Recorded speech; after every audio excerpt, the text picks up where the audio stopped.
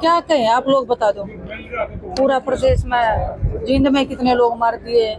आज भी 16 साल की लड़की की लाश मिली है। हर दिन हो रहा है। हम तो खुद भुगत भोगे हैं इस चीज़ के। हम तो खुद लड़ाई लड़ते आ रहे हैं। और सबसे अच्छी बात है कि हमारा समाज अब एक साथ होके उस बेटी मनीषा को न्याय दिलवाने के लिए बैठा है। और लेकिन प्रशासन लड़ेंगे, दबाव बनाए हुए है। प्रशासन चाह रहा है कि उसका अंतिम संस्कार कर दिया दबाव जाए। तो हमने भी जब लड़ाई लड़ी थी हमारे ऊपर भी दबाव था। तोड़ने की कोशिश की जाए, पैसे का लालच दिया जाए, जो डरा है उसने डराया जाया करे, अलग अलग करके भी डराया जाया करे। बहुत कुछ चीज हुआ है क्योंकि हमने खुद एक आंदोलन लड़े। हमने भी रहा है कि उस आंदोलन में के टैक्टिक्स यूज करा करे सरकार। लेकिन समाज जो है आज वो साथ में खड़ा है उस बेटी का। और एक सबसे अच्छी बात है कि हमारा समाज आज एक साथ खड़ा है, जाति विशेष में ना भटके।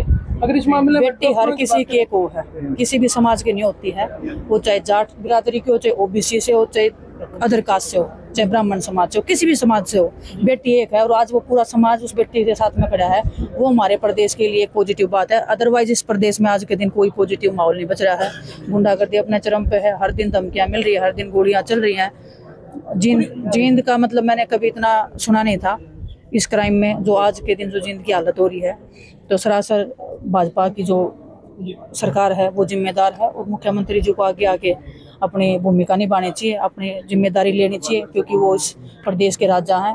और उनके ऊपर बहुत ज़्यादा लोगों की उम्मीदें भी हैं और बहुत सारे लोग उनकी तरफ देखते हैं। तो उनको इस चीज़ की जिम्मेदारी लेनी चाहिए। मैम, क्या बढ़ते क्राइम को लेकर मुख्यमंत्री को अपने पद से इस्तीफा देना चाहिए, जैसे गृह मंत्री का पद होने की बात है? किस इस्तीफे की बात करो आप? इस देश में इतने बड़े बड़े क्राइम हो गए, कौन किसी ने कोई जो ग्राम स्तर पे होता है वो भी इस्तीफा नहीं देता। यहाँ के जो इनके जो निचले स्तर के, मैं क्या बताऊँ, भाजपा में जो कार्यकर्ता होंगे वो भी इस्तीफे की नहीं सोचते। तो ये तो एक अलग बेशरम प्रवृत्ति की इनकी सोच है। पर इस्तीफा तो नहीं, हम तो इस्तीफे की क्या मांग करेंगे? उनको शर्म से झुक जाना चाहिए। उनको लोगों के सामने माफी मांगनी चाहिए कि हमारे हाथ में जो प्रदेश की जो बागडोर आपने दी थी उसको हम संभालने के लायक नहीं है। लेकिन मैम प्रोटेस्ट के लिए आपने सड़कों पर प्रोटेस्ट किया था, तो क्या न्याय दिलाने के लिए जाएंगे आप? क्यों नहीं जाएंगे? हमारी भी तो बहन थी। मैं बता रही, खुद हम भुगत हो गए। हमने लड़ाई लड़ी, हमें पता है कि किस तरीके से दबाया जा रहा है। परिवार इतना डरा हुआ, उसके पापा का जो चेहरा आप देख रहे हो, वो बोल रहे हो, उतना डर रहे हैं। उनको ये नहीं पता कि आगे की उनकी जिंदगी कैसी होने वाली है। अगर परिवार की बात करें मैम, तो परिवार की उम्मीद बिल्कुल टूट चुकी है, क्योंकि ना तो मेडिकल पे भरोसा रहा है। उम्मीद नहीं टूटेगी जी, उम्मीद नहीं टूटेगी। पूरा समाज, पूरा हरियाणा उनके साथ में खड़ा है। और मैं सबसे आप लोगों के माध्यम से अपील करना चाहती हूँ, साथ में खड़े रहना, डटे रहना। हर तरीके से षड्यंत्र होंगे, हर तरीके से तोड़ने की कोशिश की जाएगी। शांति से हम इस चीज़ को, लड़ाई को जीत सकते हैं। आज इस बहन को इंसाफ दिलवा दिया तो मैं मानती हूँ कि कुछ तो हमारे समाज को एक संदेश जाएगा, बेटियों को भी थोड़ा विश्वास मिलेगा। और बस हम साथ में हैं, हम लड़ेंगे। एक छोटा सा सवाल मैंने लगातार जो फसल और डूब चुकी है, क्या करेंगे? अभी विधानसभा सत्र आ रहा है, इसलिए मैं आई हूँ कि ताकि जितने भी गाँव का जो भी है समस्या है, जितनी भी है, मैं चंडीगढ़ में जाऊँ और मैं बात करूँ। क्योंकि बहुत सारे अधिकारी फोन नहीं उठा रहे हैं। चंडीगढ़ में जो बैठे हैं अधिकारियों की सरकार चल रही है, मुख्यमंत्री जी की सरकार नहीं है। ना उनकी सुनते हैं ना हमारे सुनते हैं।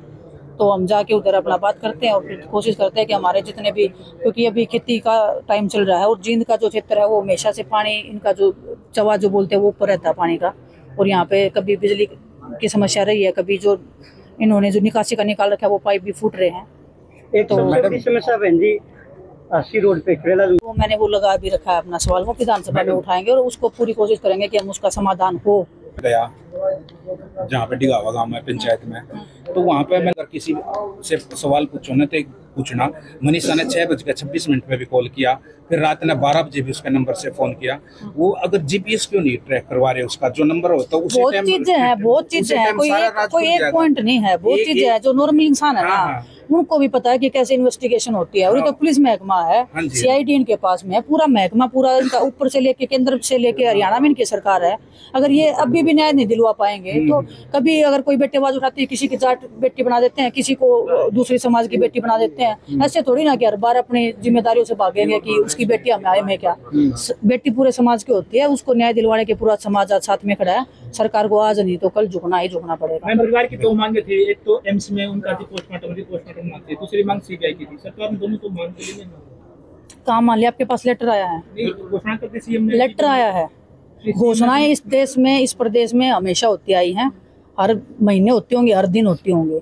जब लेटर आ जाएगा, जब परिवार ये बोल देगा कि हम संतुष्ट हैं, तब पूरा प्रदेश संतुष्ट होगा और लोगों में बहुत आक्रोश है। बस मैं इतना चाहती हूँ कि कोई अनहोनी ना हो, सब लोग शांति से उस चीज को जीतने का कोशिश करें। राहुल गांधी जी को बड़ोले जी कह रहे हैं कि इनको ज्ञान नहीं है, ये ऐसे मुद्दे को बताते हैं तो एक बार राहुल जी को बोलने से पहले खुद में देख लें तो बेटर रहेगा।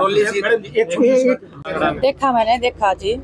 अब ये आप देख लो, यहाँ पे मारी मारी इस चीज की हो रही है कि कौन पैसे ज्यादा खाए। भ्रष्टाचार इस लेवल पे हो रहा है। मैंने तो 2-3 बार पकड़ा भी है भ्रष्टाचारियों को, वो काम करे। आज भी मेरे पास शिकायत आई है कि जुलाना में जिस चीज को मैंने पकड़ा था उसकी कोई समाधान नहीं हुआ, फिर से वही चीजें सेम चल रही हैं। तो किसी चीज की कोई सुनवाई नहीं है, भ्रष्टाचार चल रहा है, पैसे खा रहे हैं, अपना घर बढ़ने की कोशिश कर रहे हैं। सब पॉलिटिक्स में आ रहे हैं तो कि हम पैसा बनाने के लिए आ रहे हैं। अब मैं तो इस चीज के सख्त खिलाफ हूँ।